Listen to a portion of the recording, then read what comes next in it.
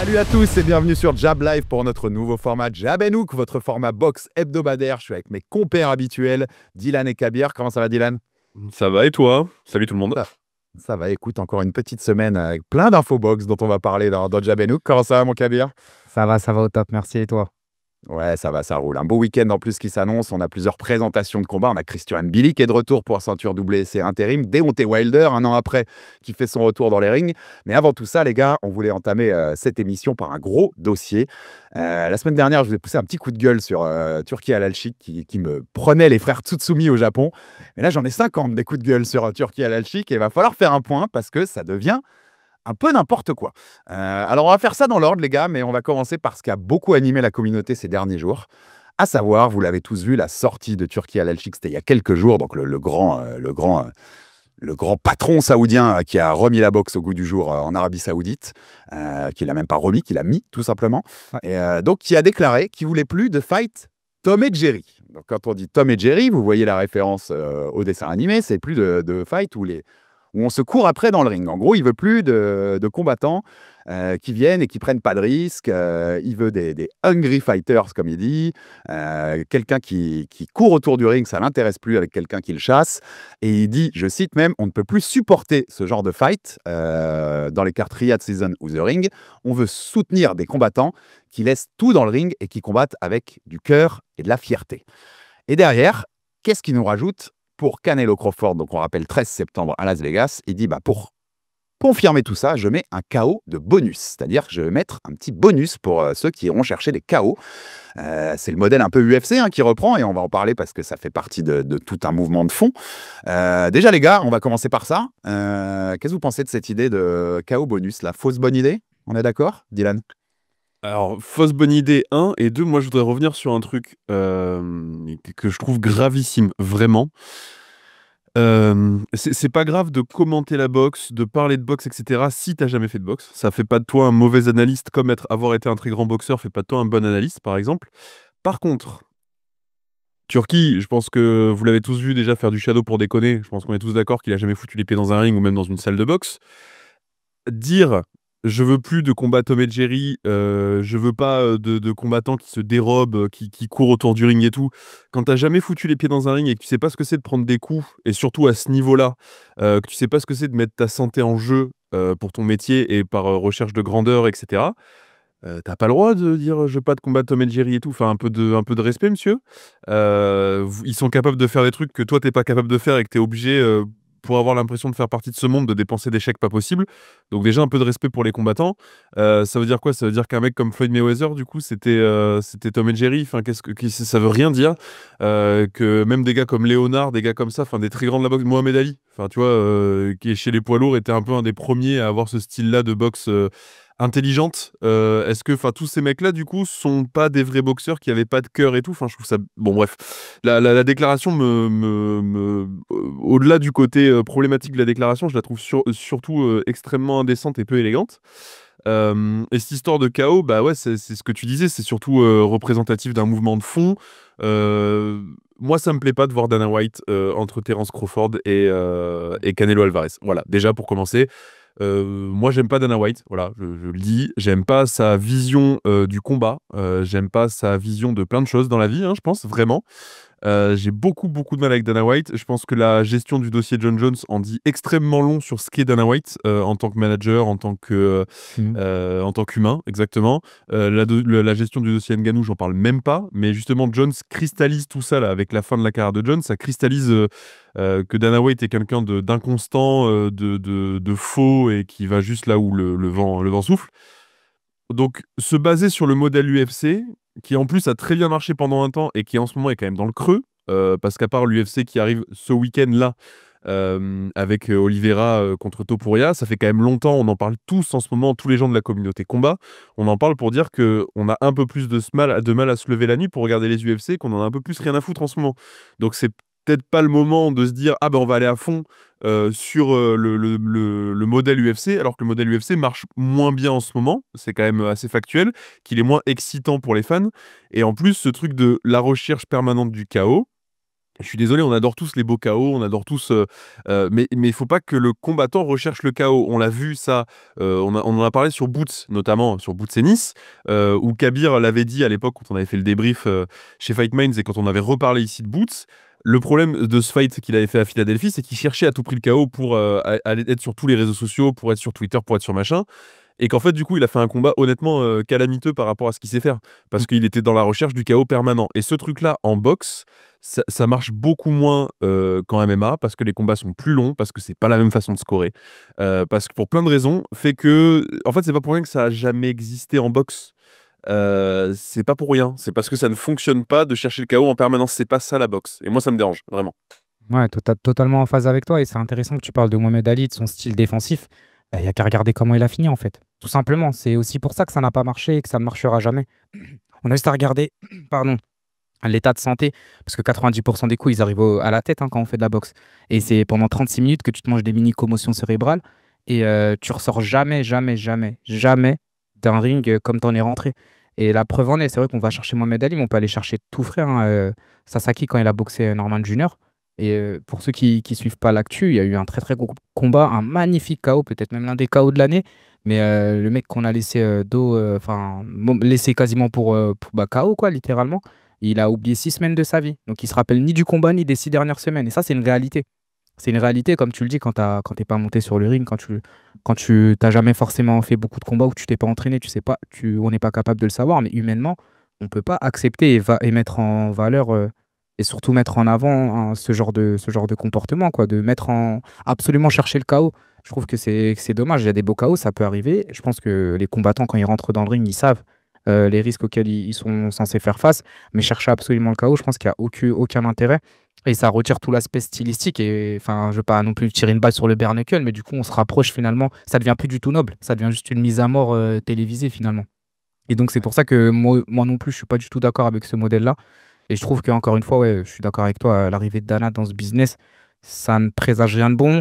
Et Turquie, effectivement, il y avait l'argent et on s'est dit, tous les fights qu'on aurait voulu avoir, on les a plus ou moins, mais les conditions dans lesquelles ils sont amenés, les conditions dans lesquelles ils sont vendus, c'est de moins en moins plaisant et ça donne des signaux de plus en plus alarmants, honnêtement. D'ailleurs, je rajoute juste un truc sur le truc Tom et Jerry, les combattants qui se courent autour et tout. C'est une déclaration de Dana White il y a quelques années, ça, qui est facile à retrouver. Je sais plus de quel fight il parle. Je sais pas s'il parle pas de Mayweather, Pacquiao, je sais plus. C'est un truc il y a une dizaine d'années. Et Dana White, justement, à une conférence de presse post-UFC, il dit qu'en gros, il refoutra plus jamais les pieds dans la boxe parce que la boxe, c'est un sport ridicule, parce qu'il a regardé un gros combat la veille et que les mecs se sont courus après pendant 36 minutes autour du ring. Donc, c'est une déclaration qui rejoint, enfin, là, ce que dit Turquie, c'est une déclaration qui rejoint ce qu'avait dit Dana il y a une dizaine d'années. Et donc, bon, au moins, ils ont la même vision, au moins, ça, on peut pas leur enlever ça. Ouais. Mais leur idée de la boxe, apparemment, et du combat de manière générale se recoupe. On rappelle que la boxe, c'est le noble art, c'est de l'art. On est quand même moins. No offense à tous les fans de MMA, parce que j'en fais partie. J'ai même fait du MMA, même pratiqué le MMA. Le MMA, on est quand même plus encore, c'est un sport qui est plus jeune, etc. On est plus dans la violence, entre énormes guillemets, mais on est plus dans le sport spectacle que la boxe, qu'on le veuille ou non. Il y a beaucoup plus enfin, tout est axé sur le côté spectaculaire. La cage, les bonus, le côté gladiateur, etc. Tout est axé sur le côté spectaculaire. La boxe, il y a un peu plus ce côté noble. Pareil, c'est pas pour classer les deux, mais c'est vraiment globalement, on appelle ça le noble art parce que tu peux avoir un combat sublime qui dure 12 rounds où les mecs effectivement ont été hyper défensifs, mais tu as quand même vu un combat incroyable. En fait, il y a plein de choses à noter dans tout ce que vous avez dit et c'est hyper intéressant. Le côté Dana au milieu, avec entre Canelo et Terence Crawford, avec la ceinture The Ring, uniquement, alors que tous les titres sont en jeu. Ils sont en train de t'implanter petit à petit, pierre par pierre dans la tête, le modèle UFC Ceinture unique. mis à la boxe. Une ceinture unique, des bonus pour des KO. Le modèle par lequel ils veulent faire péter le Ali Act, on va être clair. Ce modèle-là de Zuffa Boxing, puisque ce sera plus TKO Boxing, ils ont ressorti le nom Zuffa Boxing, mais c'est ce modèle-là qu'on veut t'imposer là. Et en effet, c'est au-delà, tu as raison Dylan, c'est ne pas comprendre le sport. C'est une insulte au sport, ce qu'il a dit Turki Al-Alchik. Je suis assez clair là-dessus. Dans tous les noms que vous avez cités, je peux rajouter un de mes chouchous éternels, Pernell Whitaker. Ah oui, oui, oui. Ça veut dire qu'il n'aurait pas aimé Pernel, ce gars-là. Ouais. Comment tu peux ne pas aimer Pernel si tu aimes la boxe? Enfin, c'est délirant. Et en fait, c'est une insulte à 150 ans d'histoire de la boxe, ce qu'il vient de dire là. Parce qu'il y a des grands combattants qui avaient ce style-là. Parce qu'il y a des grands combats où il n'y a pas eu de KO ni de knockdown. Mais juste, c'était tellement des guerres que tu appréciais ce style de combat. Et puis, il y a une différence entre le MMA et la boxe, qui rejoint un peu ce que tu disais là, Dylan. La défense, elle compte pas en MMA, les gars, dans les critères. La défense, elle compte en boxe. Si tu pousses le raisonnement à l'absurde, tu peux gagner un round de boxe sans mettre un seul coup. C'est faisable. Parce que la défense rentre. C'est hit and not get it. C'est pas seulement toucher et ne pas être touché. Donc c'est une insulte à ce qu'est la boxe en soi, à ce qu'est ce sport-là, parce que tu enlèves en fait un des critères pour lequel tu es jugé. Et ben si tu es fort là-dessus, on te l'enlève presque. Mais non, tu vaux rien. Tu vaux rien parce que tu défends et que tu cours. Non, ça fait partie du game. Ça fait partie du game. Et je trouve ça assez incroyable qu'un mec qui ait un tel pouvoir puisse dire ça sans qu'il y ait une levée de bouclier, on va dire. Je sais pas si vous avez vu passer, il y avait aussi l'idée qu'il voulait interdire les rings trop grands. Oui, j'ai vu. Faire des petits rings.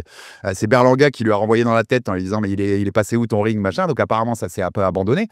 Mais on en vient à un point où tu dénatures en fait ce qu'est notre sport.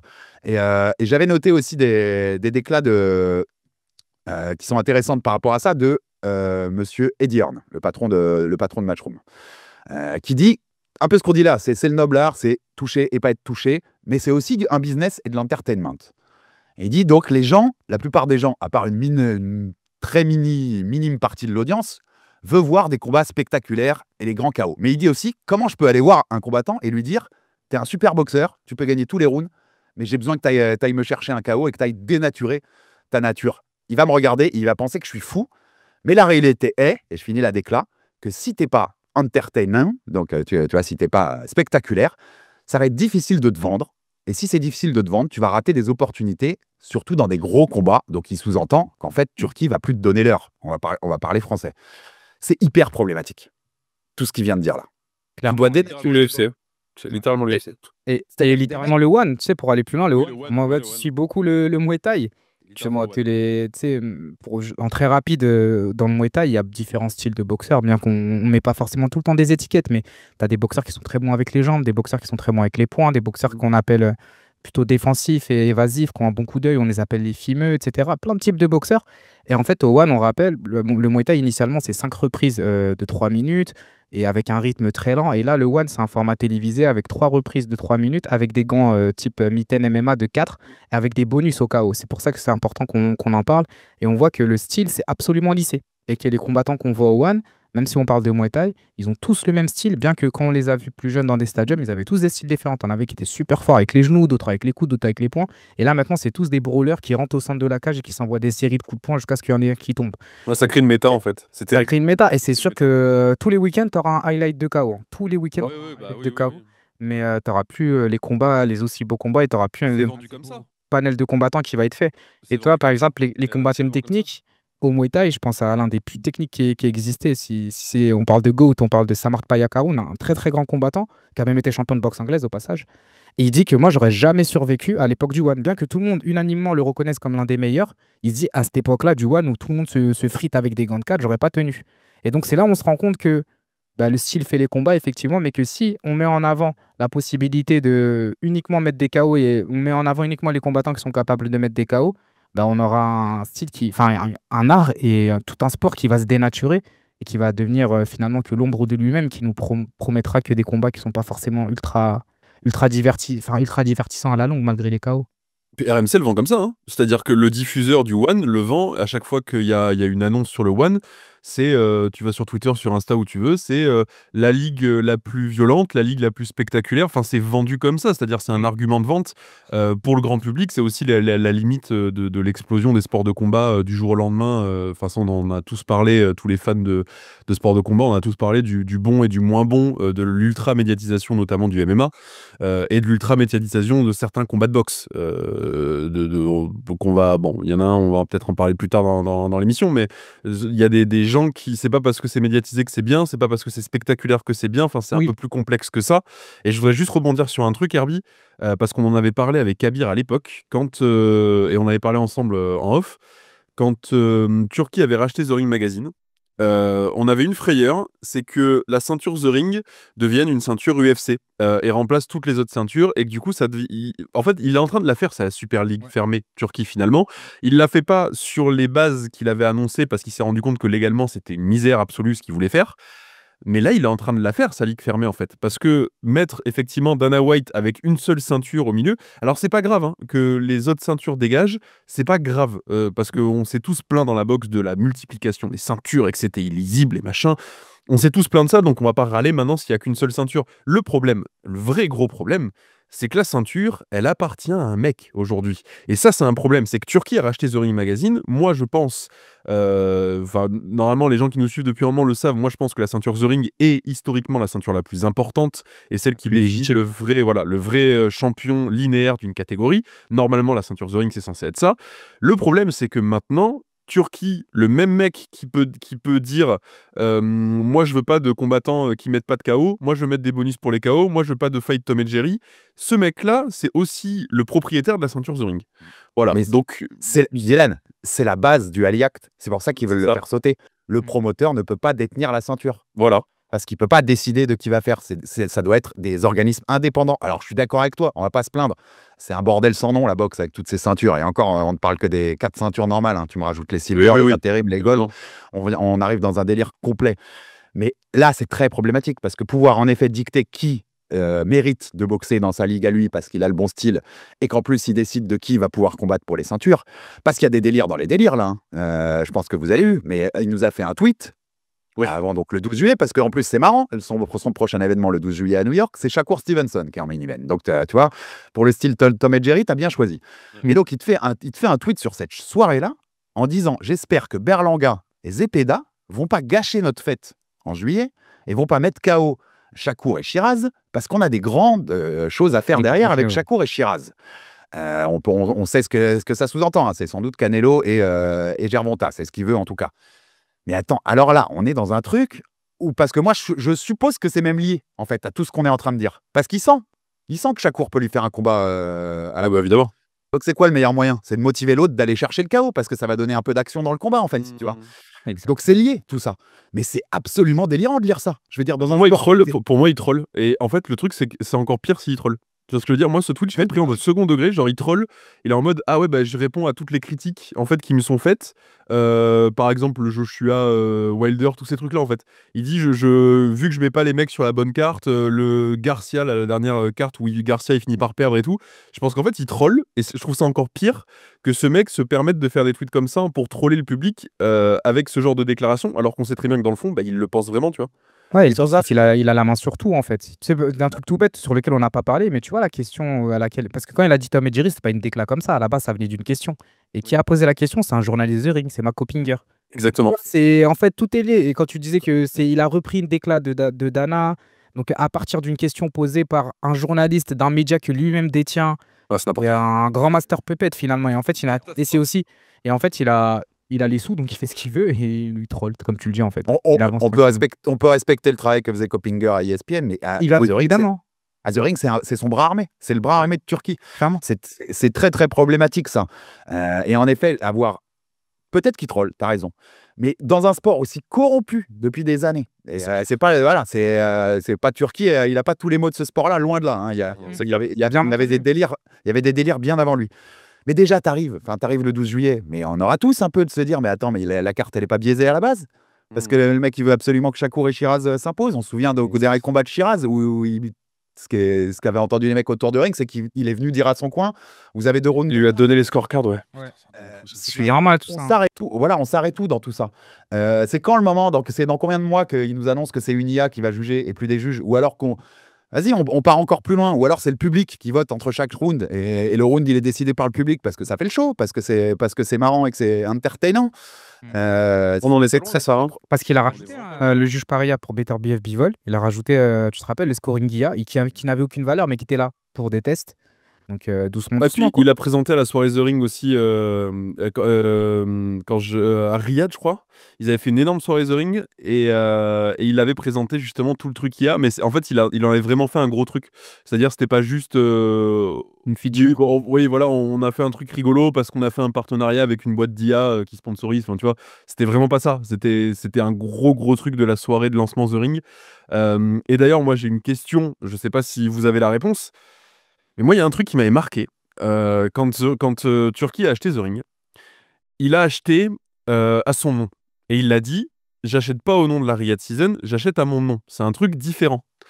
Donc, est-ce que techniquement, vu que le promoteur, c'est pas Turki, le promoteur, c'est la Riyadh Season, est-ce que, en fait, c'est pas pour contourner le Ali Act, justement? Parce que la ceinture appartient pas au promoteur, en fait. Parce que l'entité qui fait la promotion est pas la même que l'entité qui délivre la ceinture, tu vois. Moi, je pense que tu as raison.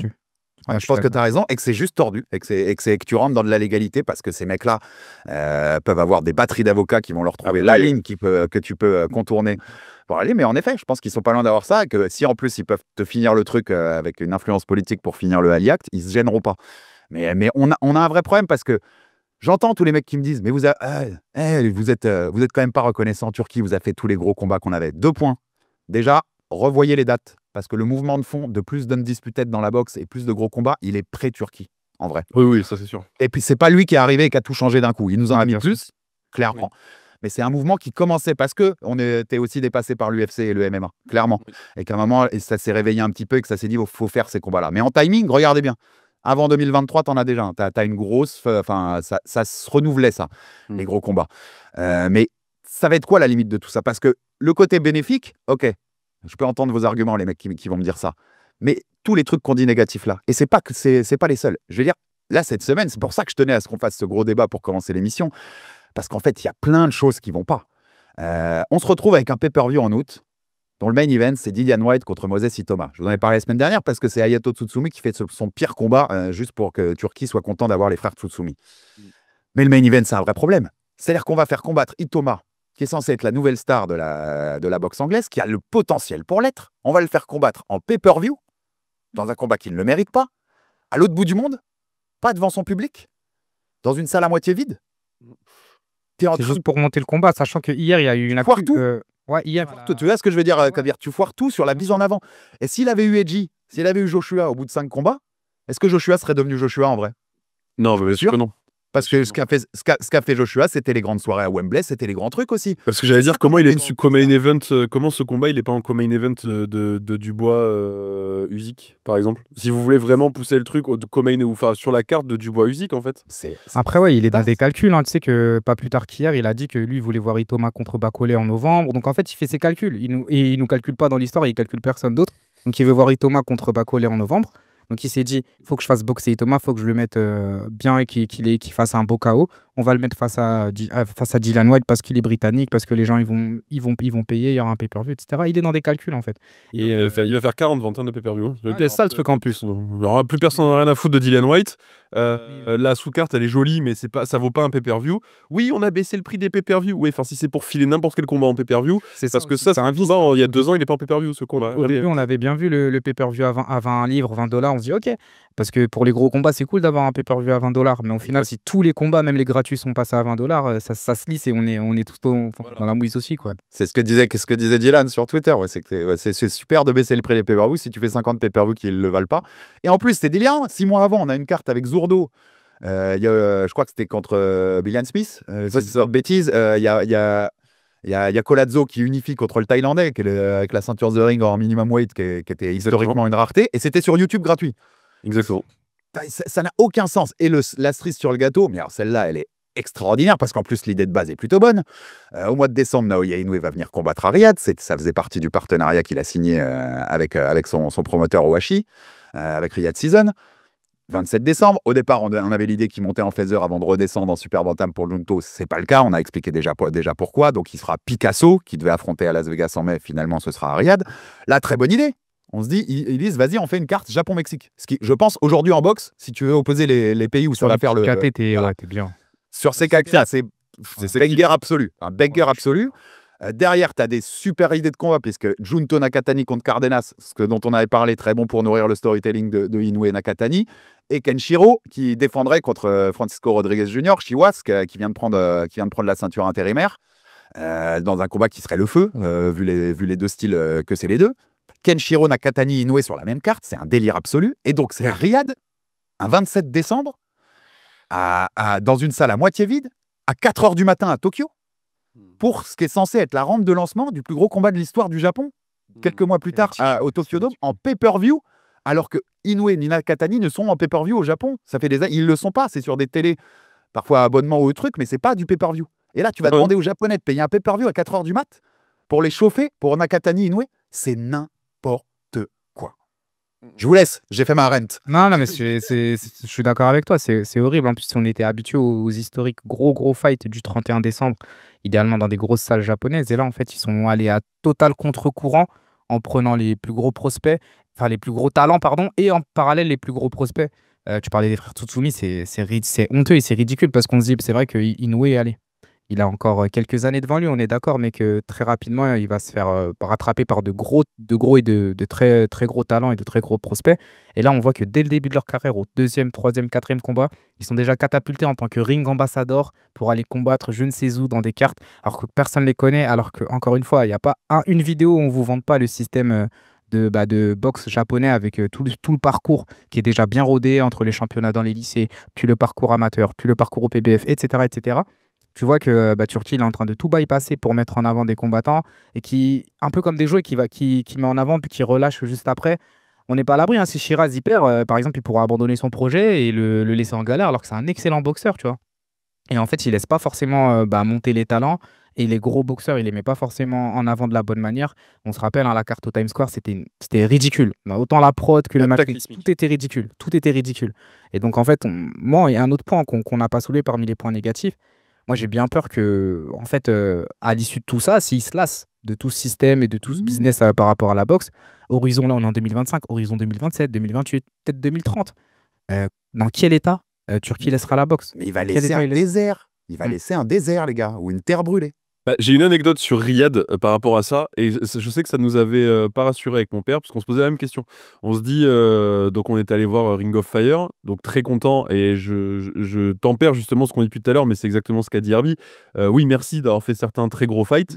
Maintenant, si c'était pour que pendant 2 ans, enfin que ça dure 2 ans, et qu'après tout parte en couille pendant les 40 prochaines années, c'était pas non plus, c'était un peu un cadeau empoisonné. Mais merci, donc on va voir Fury Usyk, combat historique, moment incroyable, machin. Et en fait, à Riyad, il y a le Riyad Boulevard, il y a le Boulevard World, le Riyad World, il y a plein de trucs en fait dans la ville. La ville est très neuve, le centre-ville, on va dire, très moderne. Il y a plein d'attractions pour le tourisme. Enfin, vous savez que l'Arabie Saoudite essaye de se tourner post-pétrole, et donc ils essayent d'investir sur le tourisme. Et il y a un endroit, c'est le Boulevard World, où en fait il y a plein de trucs. Et avant de partir, nous, on avait repéré des trucs à faire. On s'est dit, ah, on ira là, on ira là. Et en fait, quand on arrive, c'est fermé. Et je discute avec un Saoudien pour lui demander comment ça se fait que c'est fermé, parce que ça me paraît étrange. Et il me dit, en fait, le prince, le roi, enfin le dirigeant, c'est lassé. Il dit, il a monté ce truc, il a trouvé ça rigolo pendant 1 an, et en fait, il s'est lassé, donc il a tout fait fermer.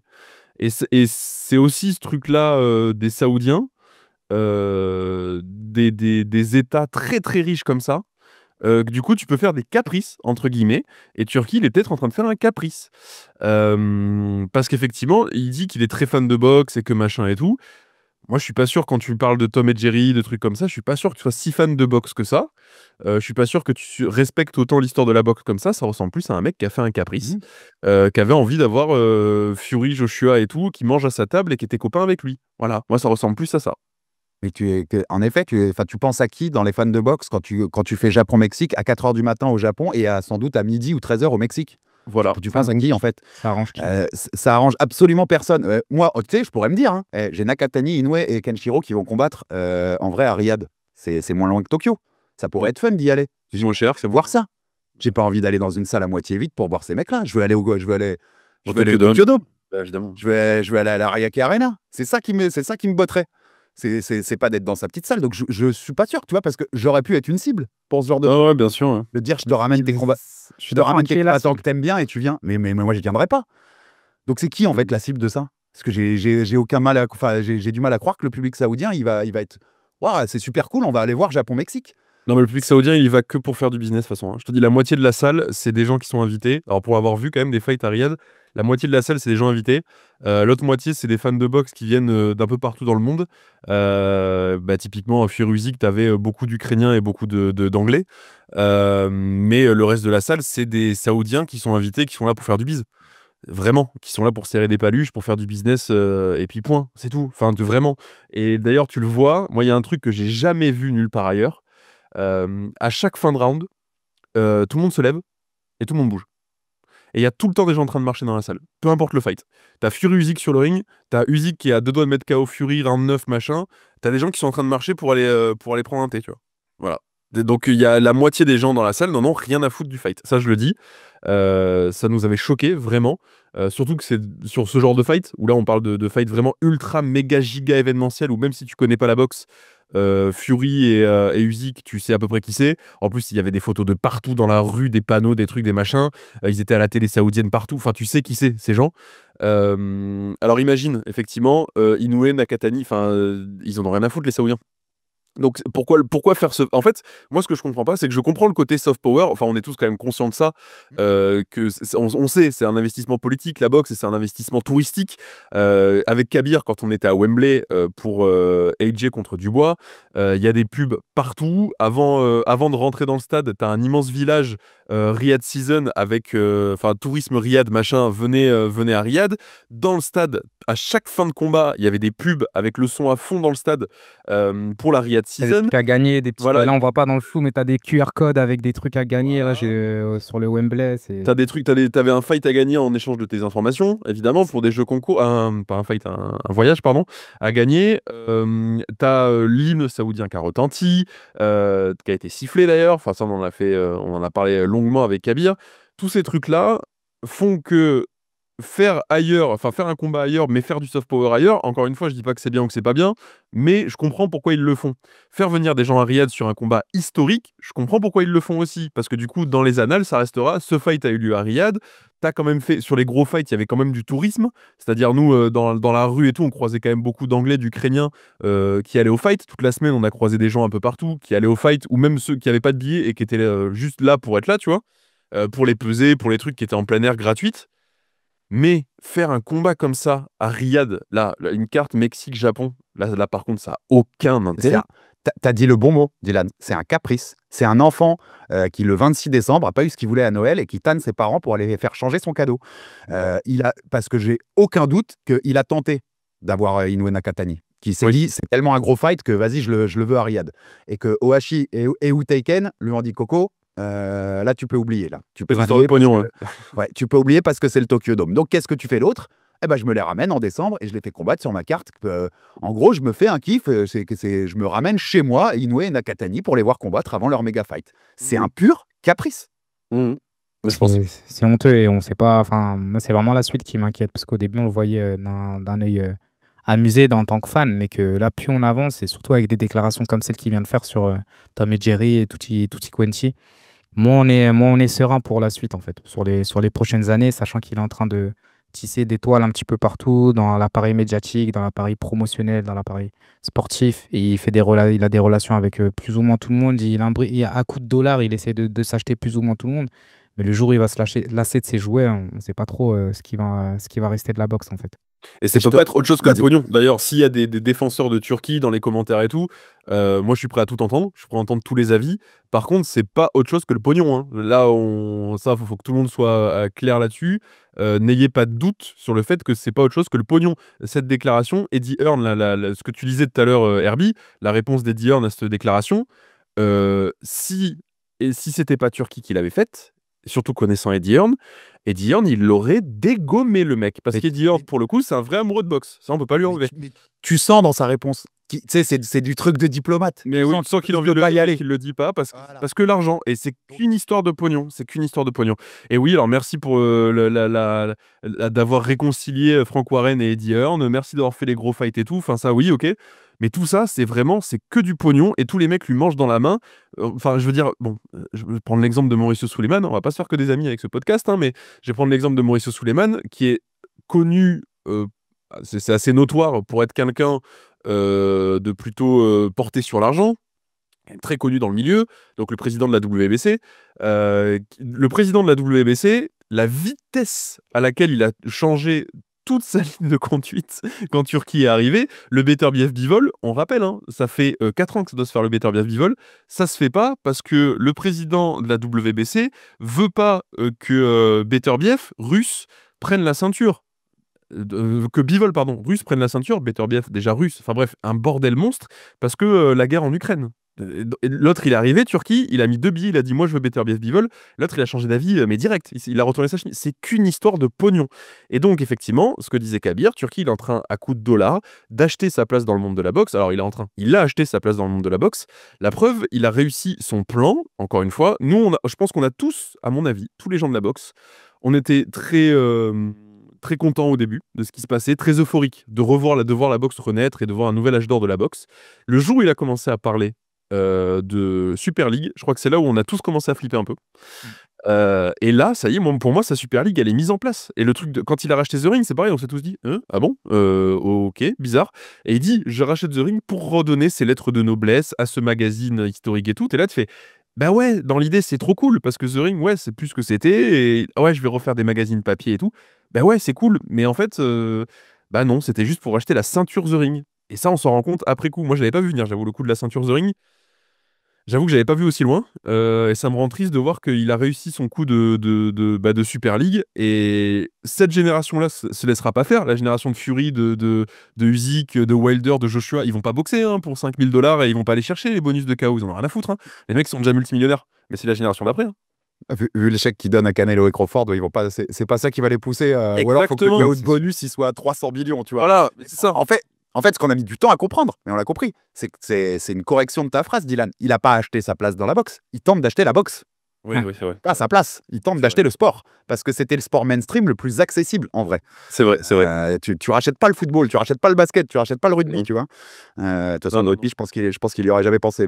Mais c'est ça, il essaie les Saoudiens. Ils essayent le rugby aussi. J'ai vu Kabir, j'ai vu la dédicace, t'inquiète. Demain, on est champion. Là, il y a... à l'heure où la vidéo elle sort, demain, on est champion. Et dernier petit point, comme ça on conclut ce débat et on passe aux news plus box. Il y a eu aussi, je ne sais pas si vous l'avez vu passer, mais pour l'undercard de Canelo Crawford, il fait un tweet où il dit « Je cherche des young hungry fighters, j'ai 6 places, donc 3 combats où j'ai des places dispo sur l'undercard. Venez m'expliquer pourquoi vous êtes une future légende en envoyant une vidéo d'entraînement en taguant The Ring. » Donc ce qui est censé être le plus grand magazine de notre sport au monde, va maintenant décider, parce que tu lui envoies des vidéos, qui peut être sur l'undercard d'une des plus grosses cartes de notre génération, plutôt que de mettre en avant des boxeurs qui ont prouvé qu'ils le méritaient par leurs résultats. Ah, tu te rappelles tout à l'heure quand tu disais que tu aurais des rounds qui seraient scorés par les fans en direct avec des hashtags ou des votes. Ouais, on y va clairement. On y va clairement et, et ce sera plus forcément les meilleurs qui combattront les meilleurs, mais c'est les plus populaires qui combattront les plus populaires. Et si tag The Ring, mais qui décide? C'est les journalistes de The Ring? C'est Kopinger? C'est ce que j'avais dit. Tout ça? C'est-à-dire, c'est qui décide à la fin? Bah oui, c'est les nombres de likes, c'est Turquie qui dit ça. Ouais, lui, surtout que les vidéos qu'il demande, c'est pas forcément des vidéos de fight. Hein, parce que moi, du coup, j'ai été voir les réponses en me disant qu'est-ce que les gens postent, tu vois? C'est quoi qu'est-ce qu'ils postent, les Young Hungry Fighters, du coup? Et en fait, les mecs, ils postent des vidéos de Shadow, des vidéos sur un sac et tout. Et en vrai, Kabir envoie. Hein. Ouais, poste une vidéo, hein, c'est jamais, ça passe. Ah, c'est un billet à gratter. Je voulais ça pour le divertissement. Mais non, mais tu sais, sur un malentendu, t'es à la Legion Stadium. Hein. C'est parti, 65 000 personnes pour devoir combattre. Hein. Let's go. Je vais prendre un KO avant de donner 3 000 € au mec qui m'a mis. Tu m'as mis mort. Tu m'as laissé pour mort. Non, merci. Là, je comprends pas, moi. Je comprends pas. Bah, sinon, on fait Kabir contre moi. Ah non, et là, en plus, il se fait 3 000 € facile, non? Non, bah, en plus, ouais, non. Donc, faut que je perde du poids, non, c'est mort. C'est mort, faut que je fasse une tête de fou, c'est bon. Allez, je suis au milieu, je fais arbitre, on régale. Jamais nous, quand on Rondovision. Nous, on prend 20 €, nous, on prend pas. Ouais, un kebab et pour la mort. après, un menu kebab à Paris, ça va être plus de 20 €, je pense. Ah, t'es perdu, quoi. Bon les gars, on a fini, de toute façon on y reviendra régulièrement sur aussi tout ce qui se passe avec tout ça, parce que c'est plus que juste des news de combat, c'est le sport qui est en train de changer, sa structure qui est en train de changer, et c'est hyper important. Et c'est parce qu'on aime la boxe, pour ceux en commentaire, t'en parlais Dylan Taylor, ceux qui nous trouveront durs, c'est parce qu'on aime la boxe qu'on réagit comme ça.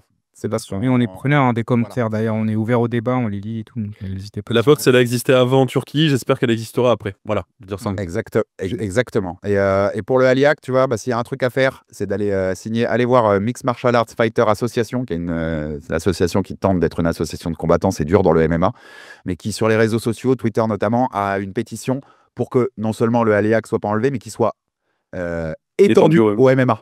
Oui. Ouais. Et je pense que la meilleure chose à faire, c'est plutôt ça, plutôt que de le bannir, le Aliac. Par contre, là, il serait pas content. Il serait pas content, tonton Dana.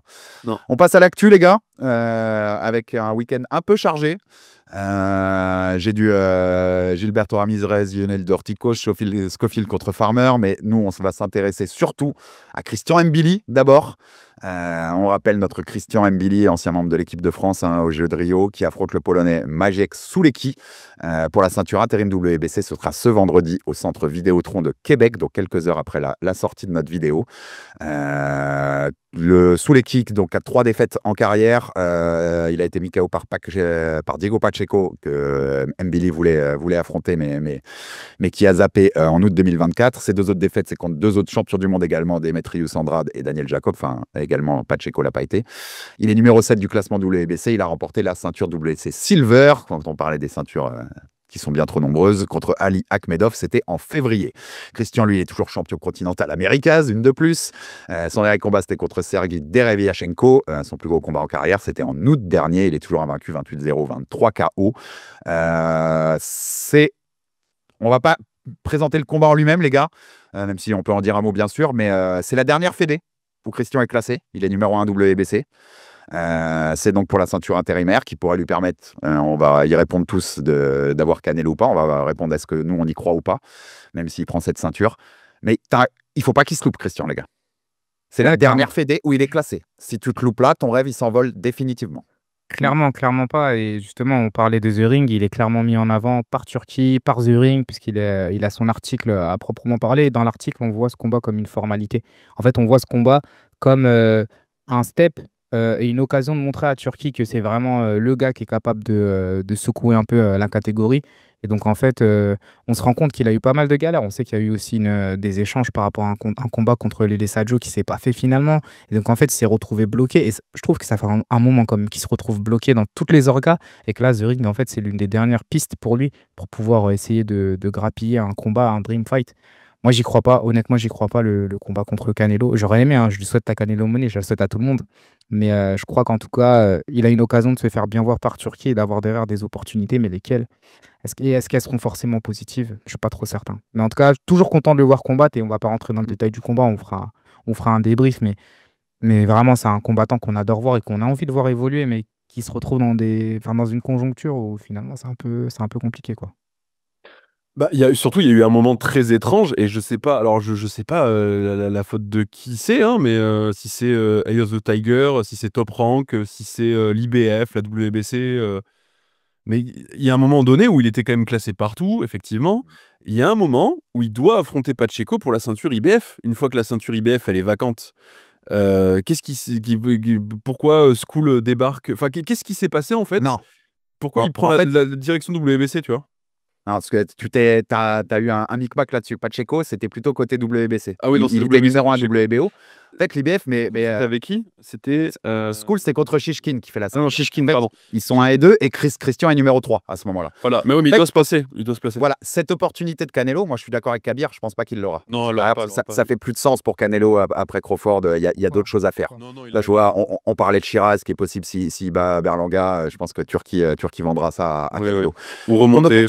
L'opportunité d'affronter Canelo, il n'y en avait qu'une. Il y avait une route, c'était l'IBF. Il Ah fallait prendre cette ceinture IBF parce que tu savais que pour refaire Crawford, il voudrait une disputette, donc il voudrait les ceintures. Donc, c'était de prendre cette route IBF pour être numéro 1 ou numéro 2, être devant Shishkin et pouvoir affronter School parce que j'ai aucun doute que Mbili aurait oblitéré School. Mais bien sûr, elle aurait battu les deux fois. Il aurait battu les deux. Ton opportunité pour moi, tu l'as laissé passer. Et en fait, je suis assez frustré. Pacheco derrière dit non pour la WBC. Munguia, il se fait enlever son combat contre Munguia par Bruno Suras. Et bravo à Bruno pour tout ce qu'il a fait pour ça. C'est clair.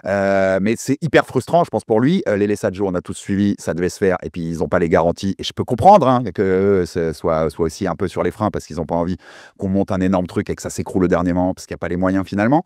Mais c'est hyper frustrant, Dylan, ce qui se passe avec Christian, en fait. Cette partie de sa carrière où on attendait les gros combats et les gros trucs, elle nous laisse sur notre faim. Alors que Kabir a raison, on l'adore le voir combattre. C'est un super combattant, il est spectaculaire, agressif. Mais Il bon, rentre dans son prime là. Hein. Là, il est Ouais. dans son prime, il a 30 ans. Hein. Donc là, c'est le moment. Ouais, faut pas que ça devienne un what if en fait. Ah ouais, Faut non, vraiment pas qu'on se dise, oh là là, à 3 ans ou à 4 ans près, il aurait pu tout Bah, en arracher. fait, il a 28 fights, 28 victoires, 23 KO. Son plus gros combat, c'est Derevyachenko, qui est en plus un combat assez décevant. Alors, les deux se blessent. Enfin, voilà, c'est pas de la faute de qui que ce soit. Mais c'est un combat en plus où sa prestation est pas à la hauteur de ce qu'on sait qu'il est capable de faire. Et en fait, c'est ça qui est triste, c'est que le gros rendez-vous. Alors, il a gagné quand même. Donc, tu vois, il a continué sa route. Mais son gros rendez-vous, il a un tout petit peu manqué. Et derrière, effectivement, nous, on l'avait dit avec Kabir à l'époque, hein, on avait dit il faut prendre la route IBF parce qu'il faut aller chercher cette ceinture pour obliger Canelo à t'affronter. Le truc, c'est que là, Canelo, il affrontera jamais Christian. Canelo, il va monter après Crawford ou défendre contre Shiraz ou monter et laisser les ceintures vacantes ou peu importe ce qu'il fera. Il affrontera pas Christian. Ça n'a aucun intérêt et aucun sens pour lui dans son optique et dans sa gestion de carrière. Mais c'est surtout, Christian, c'est le moment là. Faut plus tergiverser. En fait, je pense, en toute humilité et avec tout le respect que j'ai pour Christian et son promoteur, je pense que ça fait 5 ans qu'il gueule après Canelo. Je pense que c'était pas la technique de tout le temps appeler Canelo en permanence.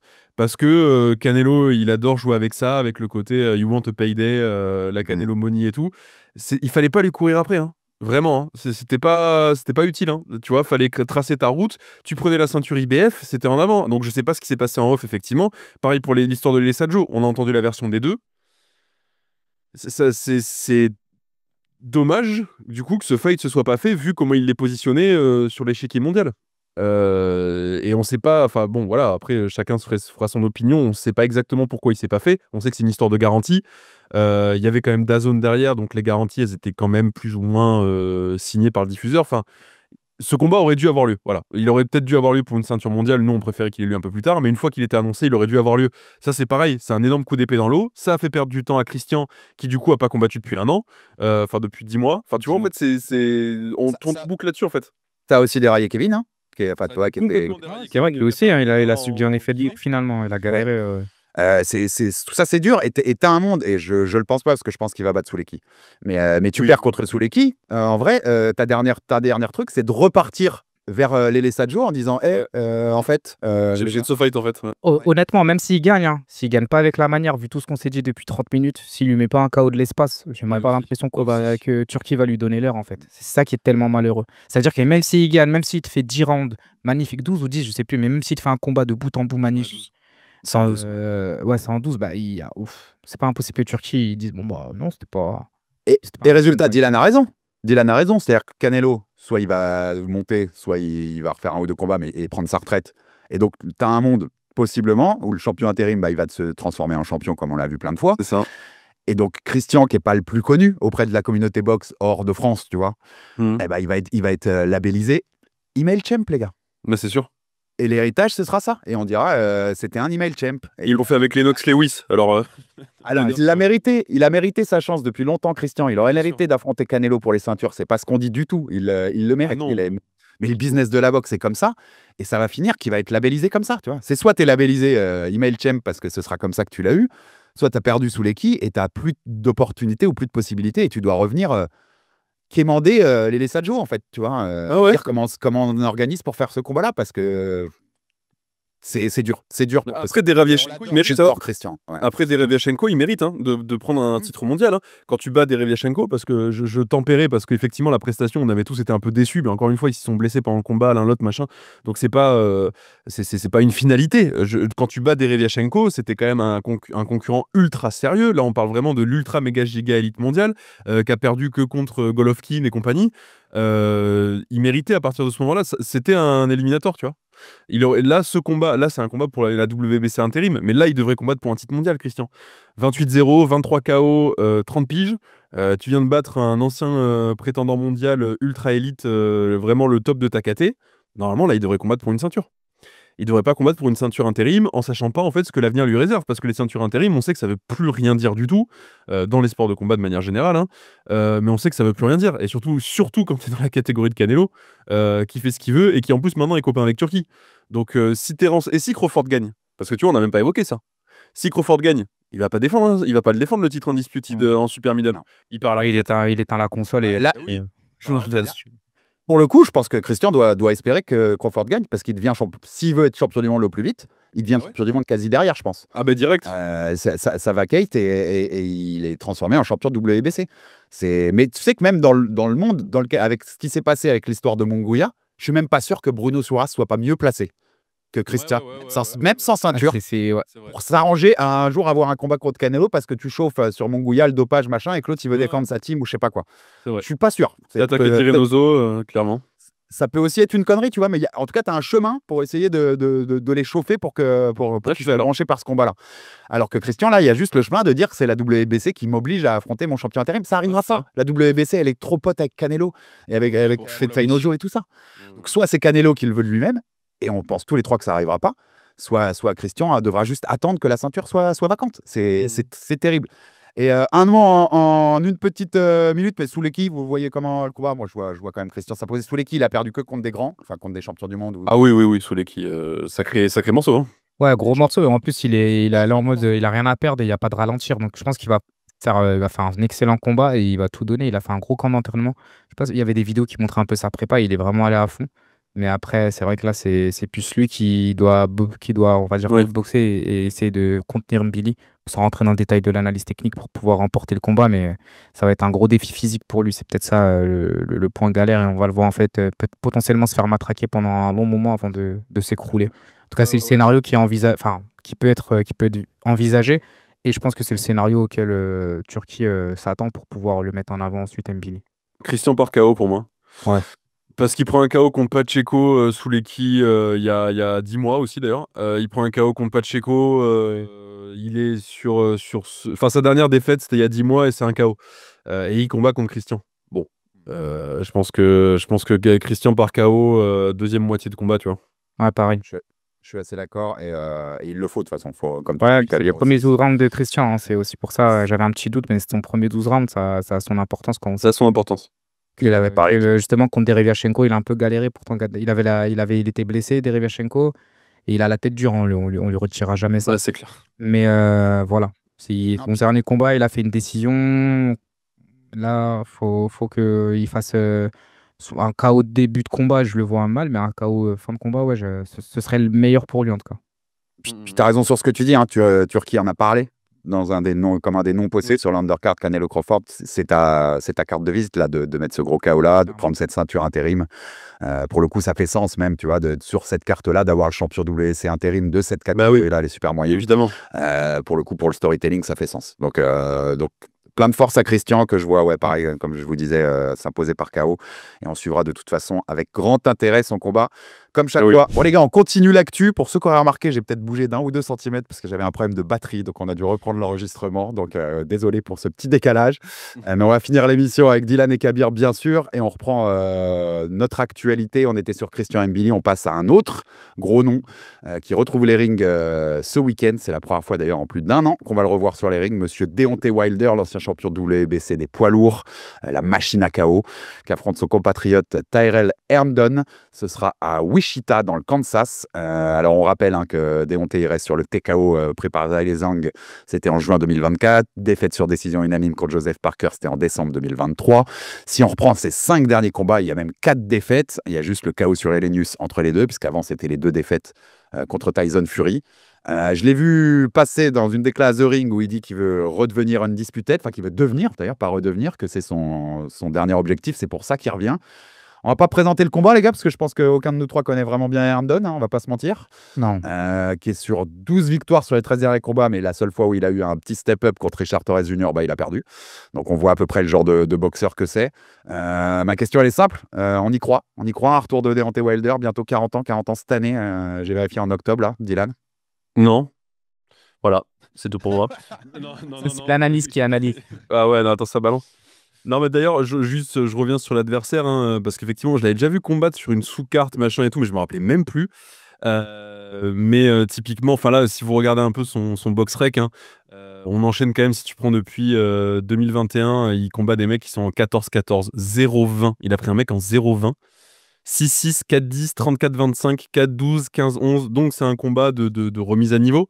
Ah, ma lumière s'est éteinte. Bon, bah, tu vois, ça s'arrête jamais les problèmes.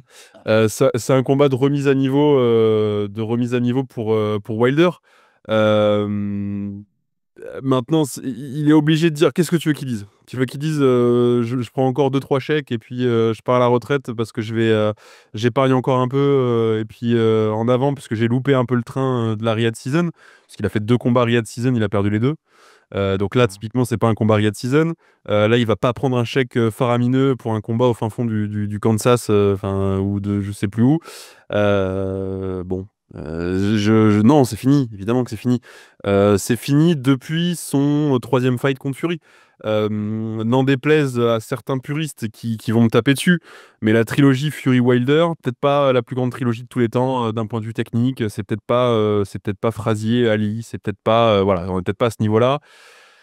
Néanmoins, c'est quand même une sacrée guerre. Voilà, c'est 3 fights, c'est une sacrée guerre qui a pris vraiment de l'énergie aux deux. Fury a réussi à bien rebondir derrière, mais ça a pris de l'énergie aux deux. Ça a laissé des séquelles et ça a laissé des grosses séquelles chez Wilder, qui prend quand même 2 KO en 3 fights. Ouais. Donc c'est pas rien. Il y a beaucoup, le nombre de downs entre les deux, c'est hallucinant. Le 3e fight, Wilder, dès le 3e round, il est down, il revient.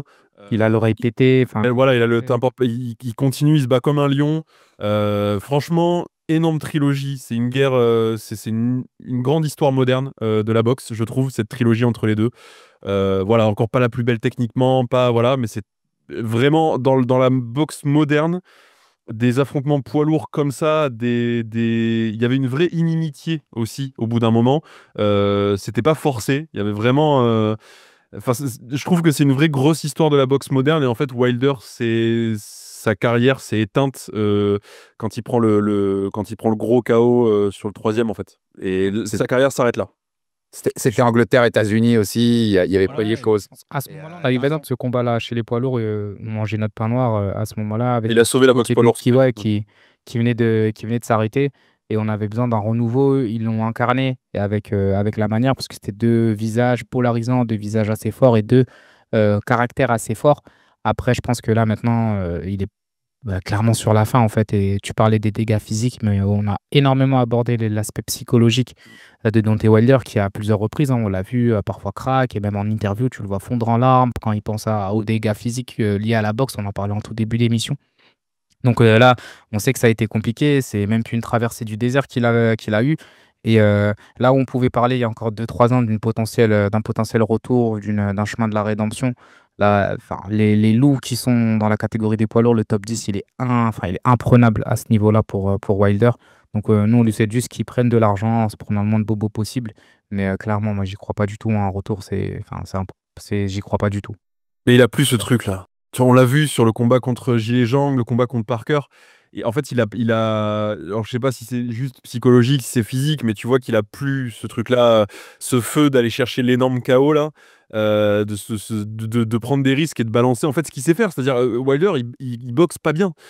Techniquement, il est, on va dire, pas orthodoxe, on va dire ça comme ça pour être poli, mais ça boxe pas très bien. Wilder, techniquement, il y a beaucoup de lacunes sur le jeu de jambes, sur tout en fait. Il y a beaucoup de lacunes. Et ce qui faisait sa force, c'est que malgré toutes ces lacunes-là, à tout moment, il y avait ce Hail Mary qui partait, il y avait ce Sterilizer là qui pouvait t'arracher la tête. Et là, en fait, il a plus ce truc parce qu'il a peur de se livrer, il a peur d'être contré, il a peur de prendre le KO parce que c'était son premier KO contre Fury, tu vois. Donc ça a laissé des traces parce que quand tu prends ton premier KO à 36 ou 37 piges, bah, ça laisse des traces. Et depuis, il a plus de hargne, il a peur et du coup, bah, maintenant, on voit juste ses défauts techniques. Et contre Zhang, c'était contre Parker, il se fait outbox de A à Z. Et contre Zhang, on a vu qu'effectivement, il y avait même plus cet affrontement de puissance, en fait. En plus de Zhang, qui est un super technicien. Mais on a vu qu'il y avait plus cet affrontement de puissance, en fait. Plus du tout. Et que même Zhang, comme Parker, craignait plus tellement, en fait, la puissance de Wilder. Ce qui faisait aussi que les gars qui boxaient contre lui boxaient moins bien qu'en temps habituel parce que bah, t'es tout le temps en flip, t'es tout le temps à te dire bah, je vais me faire arracher la tête à un moment donné, il faut juste que je sois prêt quand ça arrivera. Bah là, il a plus ça. Et le seul combat qui faisait sens, c'était contre AJ. C'est le seul combat qui faisait sens. Sauf que bah, là, maintenant que Fury a perdu, le prochain combat pour AJ qui fait sens, c'est contre Fury en fait. C'est contre Wilder. Donc maintenant, Wilder, bah, il va faire 2-3 petits combats comme ça. S'il met un énorme KO au premier round, Monsieur Tom et Jerry va le reprendre sur une carte Riyadh Season parce que ça va le faire kiffer. Mais sinon, voilà, il va faire 2-3 combats et puis il va prendre sa retraite. Mais c'est hyper intéressant ce que vous avez dit sur la psychologie parce qu'en effet, elle joue des deux sens en fait. C'est-à-dire que lui, sa mystique a disparu. C'est-à-dire qu'il a plus, comme tu dis, il craint quoi. Il craint parce qu'il en a pris, il a pris les KO et il a plus cette même capacité. Il y a des KO, hein, c'était lunaire hein, dans son run incroyable où il avait les bras en bas, il te regardait le mec et c'est absolument lunaire des fois ce qu'il fait quand même. Ouais. Et là, il a plus ça. Et de l'autre côté, en fait, les mecs n'ont plus sa mystique non plus. C'est plus la bête mythique, tu vois, qui déglinguait tout le monde et où tu te disais, il va m'en mettre une et de toute façon, je vais tomber. Fury, il a prouvé que tu pouvais l'outboxer sur 12 rounds. Il a prouvé que tu pouvais le mettre KO. Et les mecs derrière, qu'est-ce qu'ils ont fait? Parker, il l'a outboxé sur 12 rounds et Zhang, il l'a mis KO. Donc, t'as plus ce truc-là. Le double effet, je pense, en effet, fait que ce sera difficile pour lui de revenir au plus haut niveau. Après, la patate, il l'a. Hein. Enfin, je pense que... Tu le perds pas, ça, tu le perds pas. Demande à Jean là, qui a envoyé une vidéo au sac, là, tu le vois taper au sac, Jean-Charles Skarbowski, tu dis, oh purée, cet âge-là sans s'entraîner, il continue à taper comme un camion. C'est La violence. Ah, mais oui, donc il peut toujours faire du mal, faire des dégâts, faire du spectacle, ce qui fait qu'il pourra encore être sur des grosses cartes. Après, oui, je le vois pas redevenir champion du monde et encore moins Undisputed. Il va gagner son prochain combat par KO. Il va gagner son prochain combat par KO. Enfin, il va pas outbox Tyrell, Anthony Anderson. C'est pas ce qui va se passer. Son prochain combat, il va le gagner par KO. Il va le gagner par KO dans les 3-4 premiers rounds. Évidemment qu'il va le gagner par KO. Mais c'est pour ça, ils lui mettent un adversaire à qui il peut arracher la tête. Ils le savent très bien. Mais effectivement, il a plus de mystique-là. Enfin, Anderson, Herndon, pardon, je me trompe sur son nom et tout. Il a 5 défaites, dont 4 par KO. Tu vois ce que je veux dire? Et ces 4 défaites par KO, c'est pas contre des mecs de la trempe de Deontay Wilder non plus. Donc évidemment que Wilder va le mettre KO. Voilà. Et il va gagner ses 2-3 prochains combats par KO parce que ce sera contre des journeyman, sans leur manquer de respect. Et puis voilà, mais effectivement, il a plus ce aura qu'il avait avant.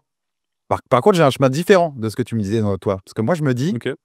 et si Wilder et Jay, c'était pas le meilleur tune-up fight pour AJ avant Fury?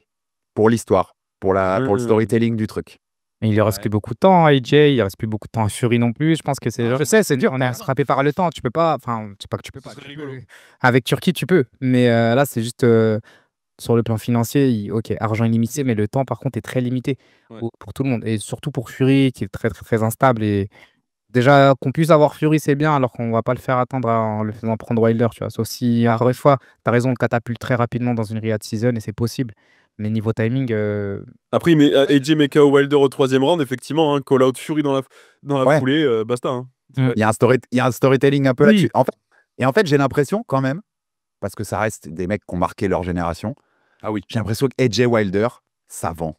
Oui. Peu importe sur quelle série les mecs sont, peu importe sur machin, tu dis un jour, eh ben on va mettre Joshua et Wilder dans le même ring. Ça remplit Wembley, hein.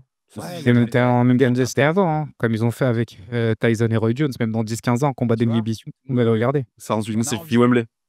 Puis de les voir, c'est pour ça que j'ai essayé de trouver un chemin, tu vois, où peut-être on pourrait le faire quand même, parce que ça te fait une belle soirée, un beau dernier chèque aussi pour Wilder. Et puis voilà, on se fait un beau spectacle à Wembley, ouais, tu vois, un truc comme ça. Avec Fury en border. 8 ans trop tard, mais on l'aurait.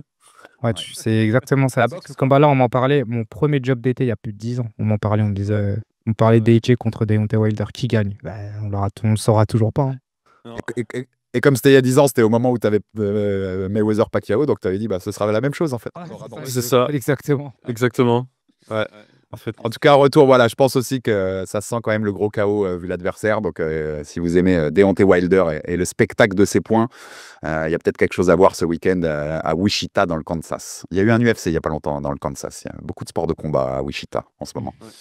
Il y a un autre combat ce week-end, les gars. Ah bon? Jack Paul. Ah, il y a ma sauce que je vais aller faire mijoter qui. J'ai jamais entendu parler. Monsieur Jack Paul contre Julio César Chavez Jr., le fils d'eux, pour ceux qui ne le connaissaient pas. Bizarre, mais je pensais qu'il allait prendre le père. Hein. Vu qu'il aime bien prendre des vieux plus petits et plus légers que lui, il aurait dû prendre le père. Hein. En vrai, le père, ça vendait plus. Hein. Ça vendait plus. Le père lui aurait cassé la gueule, il le sait. C'est vrai. Mais t'as raison, en fait, ses adversaires, c'est sous undersize, quoi. Enfin, trop vieux, qui savent qu'ils viennent juste prendre un gros chèque. La seule fois où on l'a mis contre un boxeur, Tommy Fury, c'est pas le plus Ouais. bon des boxeurs. Un boxeur en plus, effectivement. Ouais. Eh ben, on a vu ce qui se passait. J'ai l'impression, on s'en parlait en off, Dylan, avant de débuter l'émission, et j'espère que tu as raison, et j'ai l'impression que tu as raison. L'impression que post-Tyson, le soufflet il retombe un peu. Là, on n'en parle pas beaucoup. Moi, dans mes réseaux box, je vois passer très peu de choses Ça marche. sur Jake Paul. Ouais. Ouais. Et j'ai l'impression que ce cercle permanent de j'affronte des vieux qui sont pas à taille et machin, j'ai l'impression que ça va plus marcher pour très longtemps, ce truc-là. Bah, en fait, je pense que le soufflet est retombé pour. Je pense qu'il y a deux raisons en fait. Il y a un premier truc, c'est que le Paul de Tyson, pardon. Déjà, c'était un scandale pour les gens du monde de la boxe. Les gens qui regardaient pas la boxe ont quand même regardé le fight et étaient curieux et tout le monde en parlait sur les réseaux, machin et tout. Le combat a été cataclysmique, comme prévu, mais le combat a été cataclysmique de A à Z. C'était tellement naze, je vais pas rentrer moi là-dedans, mais c'était tellement naze que énormément de gens ont crié au combat truqué. Tellement le combat était d'une faiblesse abyssale. En même temps, enfin bon, bref, qui est vraiment surpris.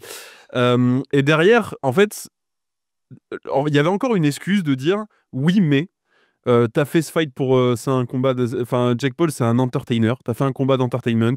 T'as sold out un stade. T'as fait je sais plus combien de vues, de millions sur Netflix. T'es le premier combat de boxe qui est diffusé sur Netflix. Enfin, c'est celui qui ouvre la voie à Canelo Crawford, hein, typiquement. Donc, il y avait des trucs que tu pouvais te défendre, entre guillemets, et dire oui, mais en même temps, c'est le combat le plus vu de l'année ou des 20 dernières années. Oui, mais il a fait ça pour que le co-main, à savoir Taylor contre Serrano, soit très vu. Tu pouvais trouver plein de petits trucs. Là, le problème, c'est que l'annonce du fight d'après, où tu dis, bon, bah, il vient de fight Tyson, c'était un combat d'entertainment, enfin, c'est bon, c'est fini maintenant, les vieux, on a compris, enfin, ça devient un cliché, là, Jake Paul. Et là, il t'annonce Julio César Chavez Jr.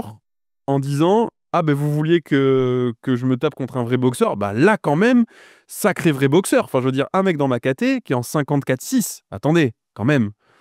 Ah ouais, mais mec, vraiment? Enfin, Julio César Chavez Jr., il a perdu contre Anderson Silva.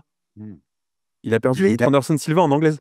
Il est inactif. Il vient chercher Là, ouais, il a dernière fois, ses deux derniers combats, il y en avait un en 2021. Son avant-dernier combat, c'était en 2021. Il a boxé l'année dernière contre Uriah Hall. Ouais, contre Hall en plus. C'est que tu avais marre. payday. Enfin, tu vois, il vient chercher que ça et c'est triste en fait. Et en plus, pour le coup, tu vois, tu parlais de Taylor Serrano qui a été mis en avant dans la soirée de Tyson. S'il y a un truc que je dis depuis longtemps sur Jake Paul et que je pense sincèrement, c'est que je pense que ça peut être un excellent promoteur. Oui, je suis d'accord avec ça. Excellent promoteur, qui même d'ailleurs met la boxe féminine beaucoup en avant. Enfin, il a des belles choses à faire, il sait jouer avec les réseaux sociaux, il sait jouer avec la communication d'aujourd'hui. Ouais. Et je pense qu'il a vraiment un vrai truc à faire dans ce milieu-là. Mais la boxe, flemme quoi, flemme. Bah parce qu'être promoteur, c'est pas être dans la lumière autant qu'un boxeur, et lui, il a besoin d'être dans la lumière. Donc, mais effectivement, bravo pour ce qu'il a fait pour Serrano, et ce serait un très bon promoteur, moi je suis d'accord avec ça. Il maîtrise tout ça. Il maîtrise le scandale, il maîtrise le drama, il maîtrise tous les outils possibles et imaginables depuis toujours. Il est très fort pour le storytelling, pour raconter des conneries. Donc, Dylan, s'il serait malin, s'il était malin, je ne doute pas qu'il l'est d'ailleurs sur tous ces trucs-là. Tu te mets un peu en opposition avec Turquie, avec tout ce qu'on a dit. Et ouais. Et t'essayes de représenter. Ouais, mais il n'a pas la force de frappe en termes de. Tu vois, je suis d'accord avec toi sur la frappe médiatique. Il n'a pas la force, voilà, exactement. Il n'a pas la force de frappe financière, t'as raison, 100 fois. Il peut pas lutter avec ça. Par contre, de le mettre un peu des gens dans la poche, tu vois, en expliquant tout ce que l'autre fait de mal. Que moi je défends un peu tu vois, il a déjà commencé à le faire. Hein, ouais. Avec le MMA, il a essayé en plus. Ouais. Avec le MMA, il a essayé avec le PFL de rentrer en guerre contre Dana. Donc il sait faire, tu vois. Il lui offre un tapis rouge en vrai, Dylan, puisqu'il était déjà en bif. Il était déjà en bif avec Dana sur tout ça depuis longtemps. Maintenant, Dana s'associe avec Turquie. Il a un tapis rouge peut-être pour prendre ce créneau. Alors, je sais pas où ça te mène, tu vois, mais il a un chemin à faire en tant que promoteur, je pense. Parce que là, ce qu'il a vraiment, Julio César Chavez Jr., c'est une catastrophe. Et en même temps, Paul a progressé, je trouve, depuis qu'il est passé chez Kronk, depuis qu'il s'entraîne avec Sir Chambers notamment. Je trouve qu'il a vraiment progressé. Et pour avoir du coup discuté avec les gars de Kronk et avec Ferd, en fait, ils ont tout repris à zéro. C'est-à-dire, il avait un niveau cataclysmique, il avait aucune base. Ils ont tout repris à zéro et ils lui ont appris des bases. Donc là, en fait, il a un niveau de boxe amateur correct, tu vois. Il n'est pas un niveau de boxe qui mérite d'être dans un ring au milieu d'un stade. En fait, c'est ça le problème. Et il est pas, c'est pas le pire boxeur de l'humanité parce que il a les moyens de s'entraîner avec les meilleurs entraîneurs du monde. Donc heureusement, avec le meilleur équipement du monde, avec les meilleurs sparring du monde. Donc encore heureux qu'il n'ait pas le pire niveau de tous les temps. Mais il n'est pas au niveau de sa fame en fait. Sa boxe, c'est pas au niveau de sa fame. Et du coup, c'est ça qui crée cette dissonance cognitive. Ouais. Du coup, le fait qu'il affronte des gars qui sont à un niveau moindre, on va dire, quand il a même pas dit fight pro, bon, ça fait sens, hein, c'est ce que tout le monde fait. Sauf que lui, le problème, c'est qu'il le fait, mais dans la lumière. Et bah voilà où ça mène, et ça mène à bah ouais, regardez, je prends un vrai fighter et c'est Julio César Chavez Junior. Mon Dieu, un vrai fighter, oui. Enfin bon, ça a jamais été le meilleur cruiser de la planète. Loin de là. Et là, en plus, ni le meilleur middle, ni le meilleur super middle. Ça n'a jamais été le meilleur boxeur de la planète. Il a été bon, il a été champion du monde. Enfin, attention, hein, je manque pas de respect à Julio César, mais ça n'a jamais été une légende absolue de la boxe non plus. Alors là, il est en fin de carrière. Enfin, il a passé la fin de sa carrière. Enfin, il a perdu contre. Il s'est fait outbox par Anderson Silva. Ouais, c'est ça qui est sur 6 rounds. Sachant Ouais. qu'en parlant de cruiser, il y a la ceinture des cruisers qui est en jeu ce soir même, hein. La WBO Gilberto Ramirez. Oui. Donc, Ouais, je le disais en début d'émission. Ouais. tu vois, c'est ça aussi qui est un peu tordu. Tu dis que ouais, en fait, c'est une dissonance cognitive. Qu'est-ce qu'il a à faire dans la même carte que enfin, le soir où il y a la ceinture qui est en jeu? Il a Ouais. aucune chance d'avoir cette ceinture sur le papier. Et il est en La WBC a dit un truc là-dessus, non, en plus. Mais Mauricio Suleiman, il a pas dit que s'il gagnait Jake Paul avec la manière, il rentrait dans le classement, dans le top 10 ou je sais pas quoi. Il y a une déclat là qui est passée avec ça. Que s'il gagnait ce fight-là, ça lui ouvrirait des portes, quoi. Oh, je l'ai pas vu passer, mais si c'est Non, ça, non plus. waouh. Bah ouais, Ça me surprendrait même pas. J'ai vu passer ça, ouais. J'ai vu passer ça. Et en tout cas, ouais, WBC. regardez plutôt Zurdo si vous devez regarder cette carte. Ah oui. Zurdo Ramirez. Et Zurdo Ramirez, qui on veut, on n'a pas le temps de faire un preview de ce combat, mais ce qu'on veut, c'est au Pétaïa, hein, clairement. C'est Bah oui, là, c'est bon, faut arrêter, ça. le, Au pétale. ouais, c'est le combat à faire dans cette KT et on espère bien qu'on l'aura dans les semaines à venir. Quelques petites news pour finir l'émission, les gars, un peu pêle-mêle où on réagit comme ça.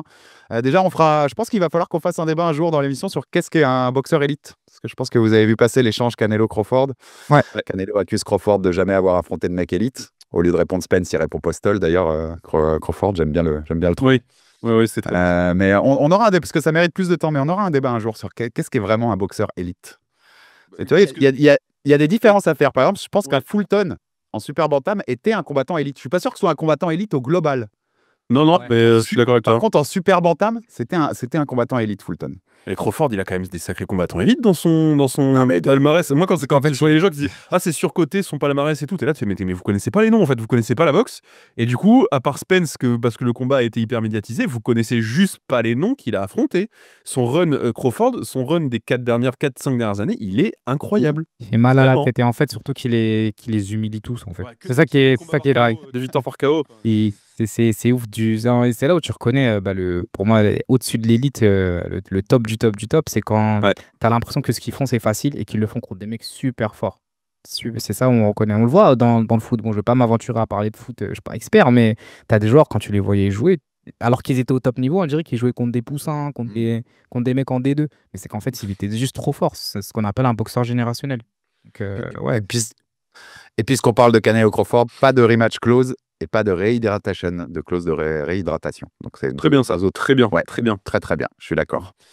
Un one shot et on verra qui s'en sort. Mais on va vous en parler grandement dans Jabber. Ah oui. D'ici là, ça c'est une certitude. J'ai vu passer aussi Brian Norman Jr. donc qui a défendu son titre WBO welter contre Jin Sasaki avec, on en parlait tout à l'heure, c'est un des KO de l'année. Il l'a envoyé dans l'espace. C'était une marche trop haute pour Sasaki et qui pourrait affronter Devin Haney. Apparemment, ils ont un accord verbal c'est tombé cette nuit là pour novembre. On ne sait pas où encore. Carte Riyad Cizano ring a priori.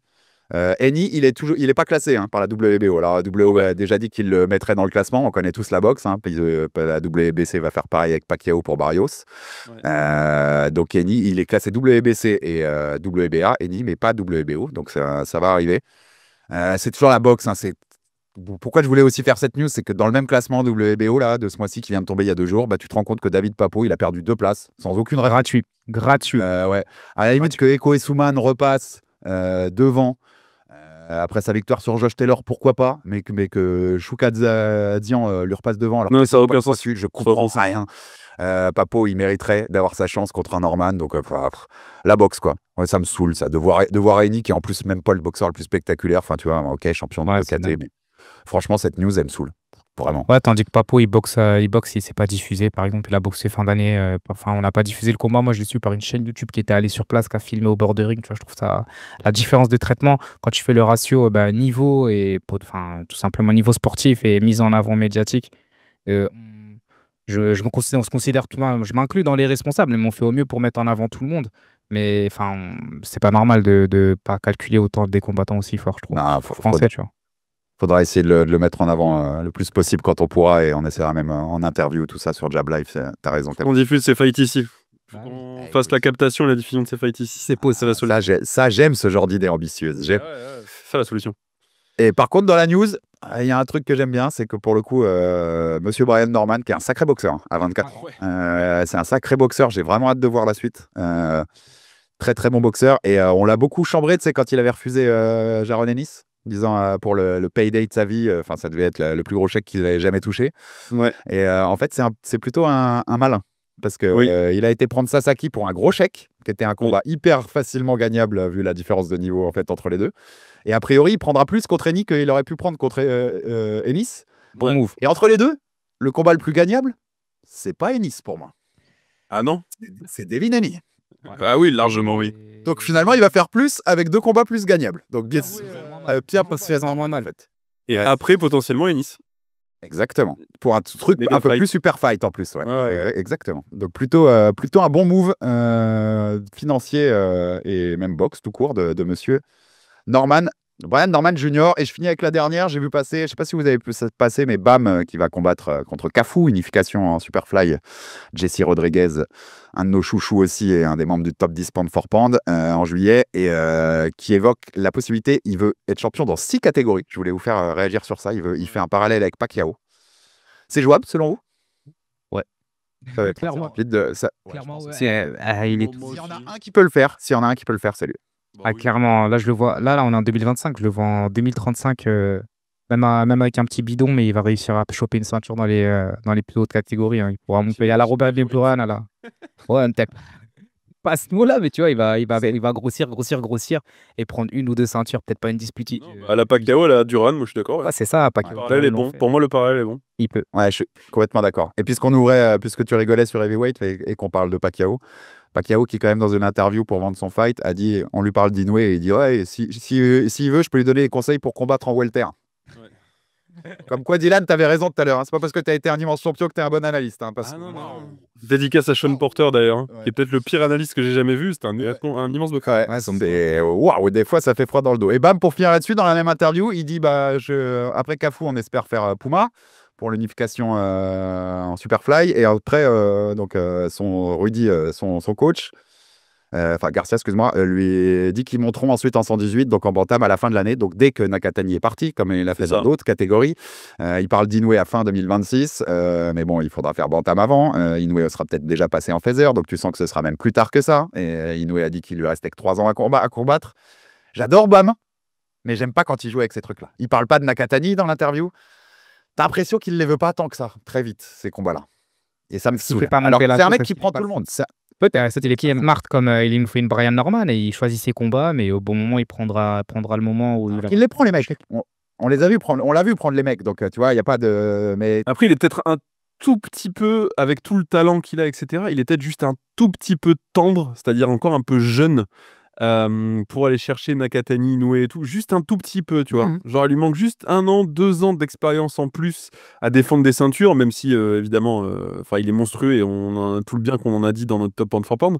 Mais peut-être qu'il lui manque juste ce petit truc-là et il préfère pas en parler, parce que quand il en parlera, c'est que le fight est fait, tu vois. C'est que c'est bon, il est prêt et qu'il peut le prendre le lendemain, tu vois. Donc, il y a peut-être voilà. J'entends ton argument, mais ouais, j'aimerais bien qu'il en parle, tu vois, de Nakatani un peu, qui nous chauffe aussi là-dessus et parce qu'ils le sait, ils le savent, il a conscience. C'est un des gros fights. Le combat serait incroyable. Le combat serait ouf. Bref. Vraiment, c'est pareil, c'est dans la tier list des combats que je veux, c'est tout en haut. Ah ouais, le bonbon là. Pareil. Oui. Et puis pour le coup, moi qui aime bien le Japon, s'il passe en bantam en fin d'année, Les ceintures, elles sont au Japon. Hein. Même si Nakatani est parti d'ici là, les ceintures, elles seront là-bas. Donc, je pense qu'on va avoir droit à quelques belles soirées avec Bam là-bas ou avec des Japonais aux États-Unis. C'est clair.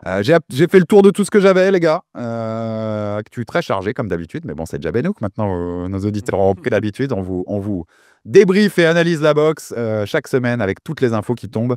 Et on va continuer de le faire parce qu'on s'éclate et qu'on a des très bons retours. Et on vous en remercie beaucoup pour ça. Parce qu'on sait que vous appréciez aussi qu'on lâche pas la boxe dans ce monde médiatique, dans ce paysage-là. Merci Dylan. Merci Kabir. Merci à toi. On se voit la semaine prochaine. Puis bon week-end de combat, hein, les gars. Et puis bon week-end du bébé. De rugby, hein. Week-end de rugby, Dylan. Je sais que nous sommes de France. Force pour le doubler.